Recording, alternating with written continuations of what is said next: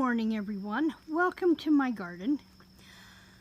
This is going to be the first in a series of walking you through my garden. I have people to thank. Going to start with, yes, my garden still is not in, and yes, my plants are still in pots. I have my peppers there.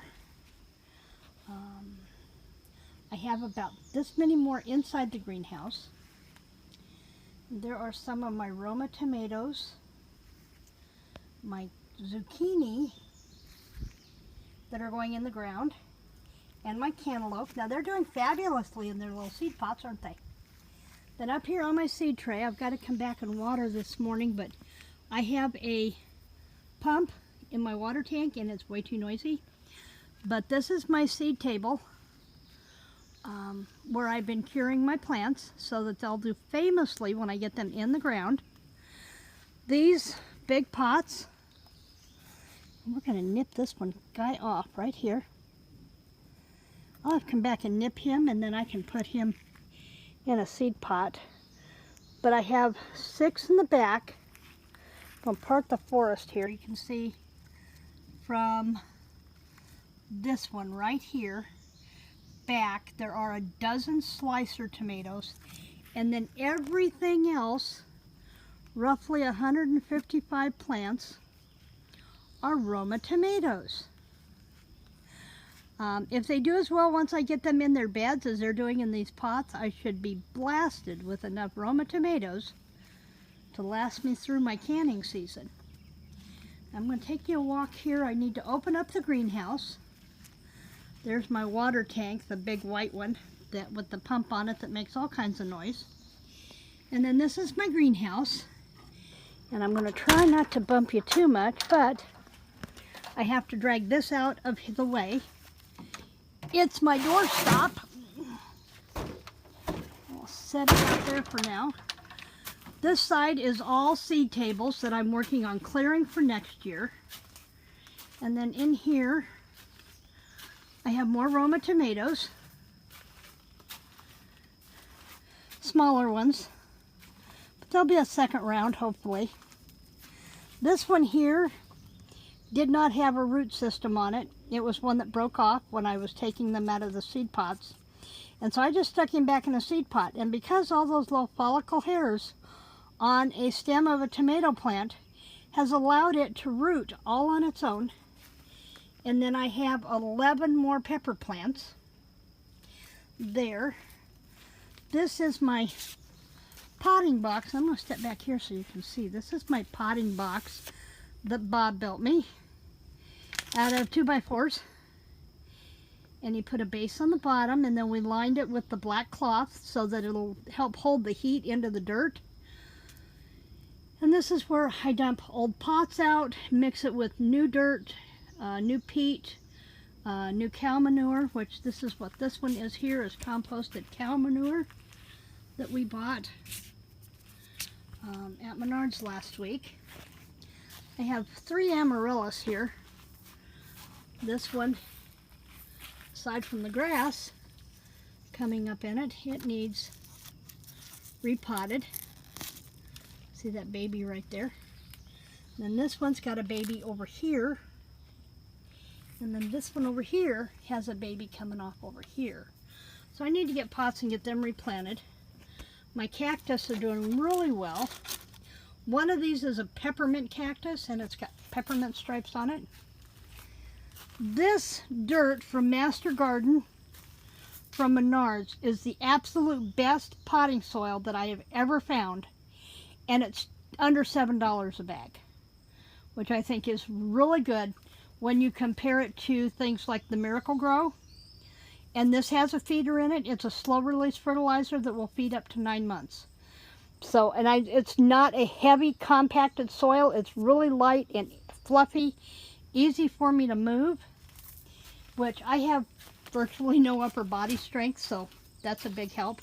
Now the reason everything is slow to go on the ground is because this year, after 5 years, I have chosen not to do composted bales and do straw bale gardening. I was spending about $180 a year on straw bales, And we just decided that was not going to work anymore. As we go work towards Bob's retirement in a couple of years, we need to be able to do something a little more permanent. And this was what I called my U-bed. I can't fill my glasses on, so I'll just have to squint. And this is where I usually did peppers. That double panel trellis was my cucumbers. And then my herbs were in here, and I have my sage. My sage is doing fabulously. My thyme has bolted and flowered, but that's okay. I've been plucking the flowers off to dry for making paper. And then this all has to be cleaned out, but these bales are gonna go, composted bales. This bed is the least of my worries right now. I'm gonna start here. This used to be a row of 8 straw bales where I had tomatoes planted every year. And I have the bales in there, and I'm gonna take them down to about half, top this with soil, and this is where the zucchini are going to go. And wait a minute, I'm gonna spin you around real easy. I'm sorry, I spun a little too fast. This cage has a volunteer potato in it. And I'm gonna take and move that one and another one that I have over here. These bales are all coming out and line one of the new beds. And then this is all going to be potatoes. Now, potatoes is not something I can eat a lot of, but I do want to dehydrate them. And if I dehydrate them and then crush them up, I can use the dried potato flake powder as a thickening agent in stews instead of using white flour. So that's an option there. So all the tires will have potatoes put back in them. These trellis, these were just pretties in front of my swing set trellis. This was a rescue from when a tree fell on the girls' swing set about 8 years ago. And I'm lining it with chicken wire, in which I have to get another layer of chicken wire on this bottom half, and this is where the cantaloupe are going to go, because the cantaloupe have always done famously in this spot.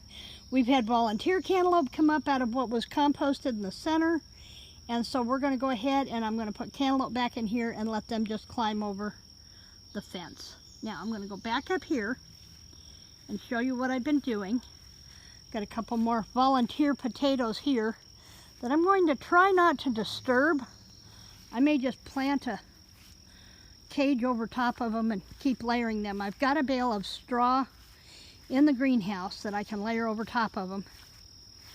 Now this is one of the 4 by 8 foot beds that we did. We did 4 of these. I got the idea from Marie at Homestead Heart to do the galvanized tin with corner posts made from 2x4s. Very simple table leg type of construction.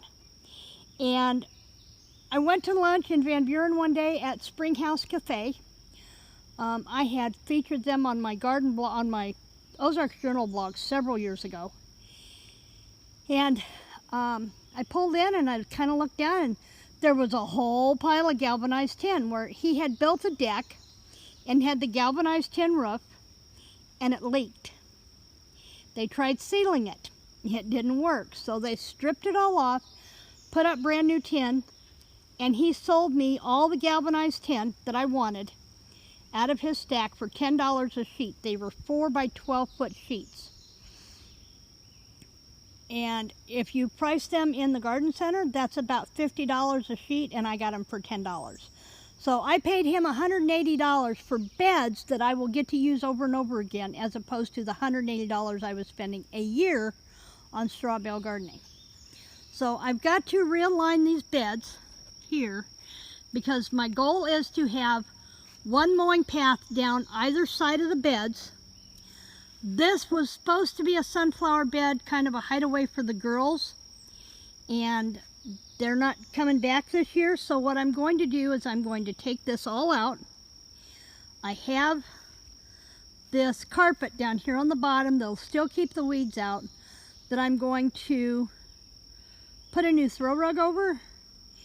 And I'm going to move my round patio table out here so I can sit out here in the garden in the morning with my coffee, work in my garden journal, excuse me, and be out here, because right now the garden journal, or the round patio table, is sitting in the gazebo, and that's where my new patio furniture needs to go.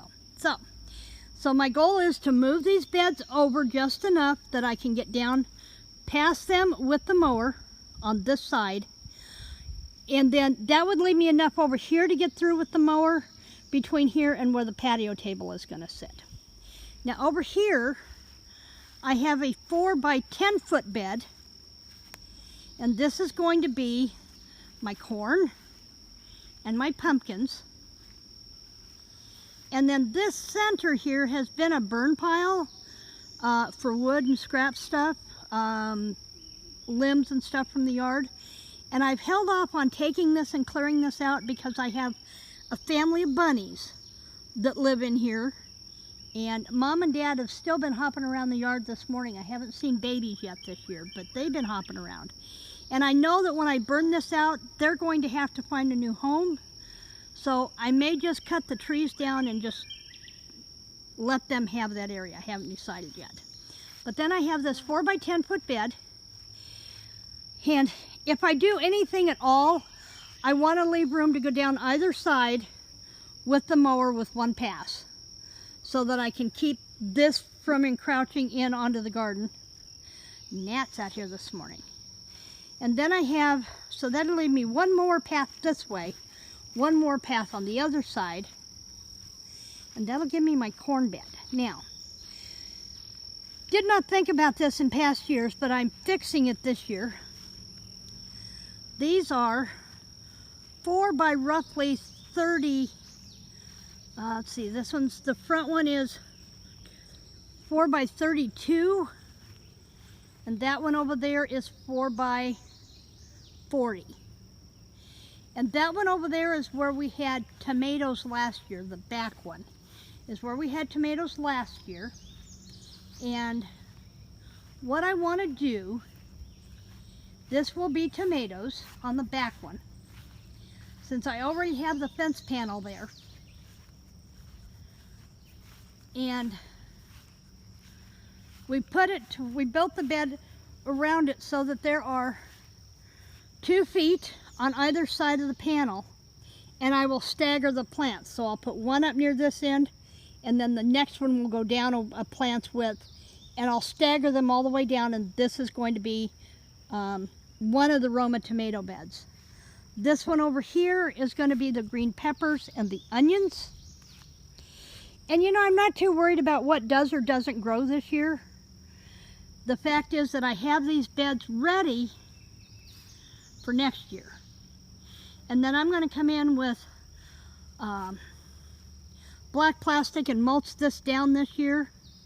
And then next year I will take the plastic up, put cardboard down and mulch, and that'll just be a path that I walk between the 2 beds. I did not want to have to mow between the 2 beds.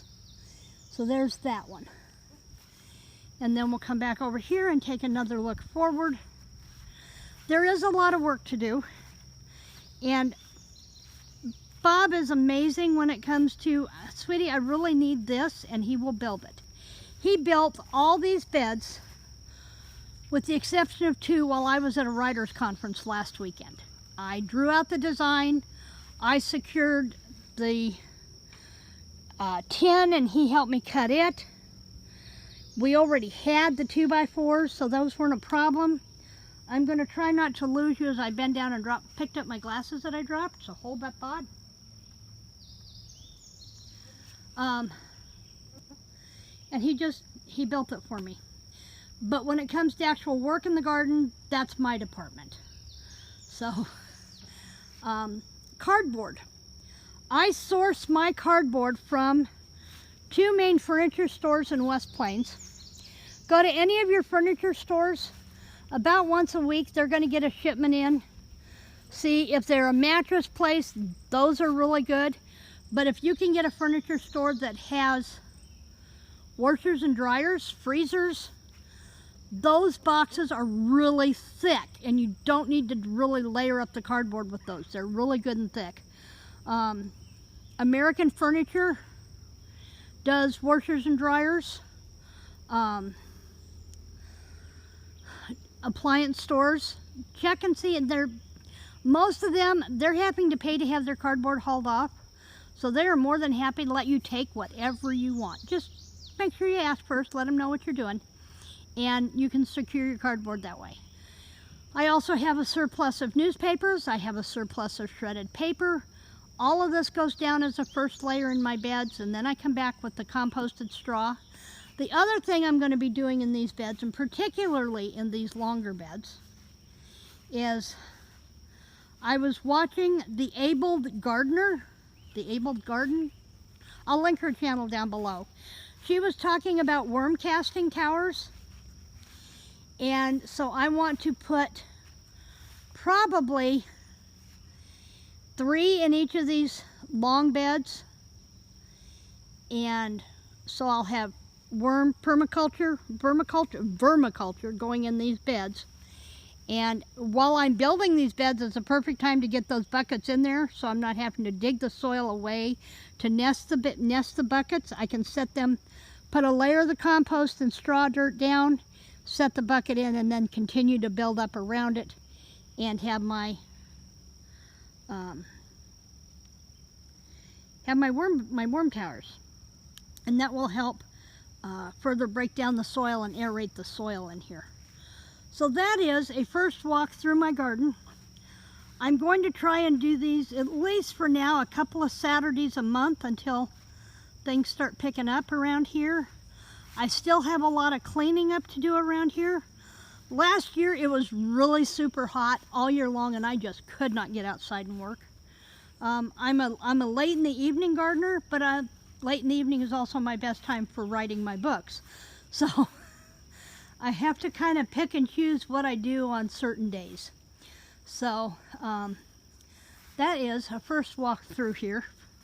You can see my garden shed needs help, and I'm still pitching and cleaning and doing that as well. So I will see you back here in a couple of weeks. Hopefully I will have tomatoes in the ground, maybe peppers and onions in the ground, and maybe walk you through my garden planter that I have set up. So in the meantime, thanks for joining me in Kelly's garden. Happy growing.